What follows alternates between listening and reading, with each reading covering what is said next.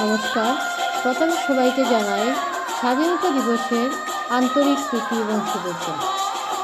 আজ নিলামবাজারের 101 নং প্রেমময় জেবি স্কুলে 78তম স্বাধীনতা দিবস পালন করা হয়। স্বাধীনতা সংগ্রামীদের প্রতি শ্রদ্ধা জানিয়ে এক বর্ণাঢ্য শোভাযাত্রার আয়োজন করা হয়। এতে ছাত্রছাত্রীরা বিভিন্ন রাজ্যের পোশাক পরিধান করে সেই শোভাযাত্রায় অংশগ্রহণ করেছে। এতে উপস্থিত ছিলেন বিদ্যালয় পরিচালনা সমিতির সভাপতি মহাশয় এবং আমাদের বিদ্যালয়ের ছাত্রছাত্রীদের অভিভাবকবৃন্দ।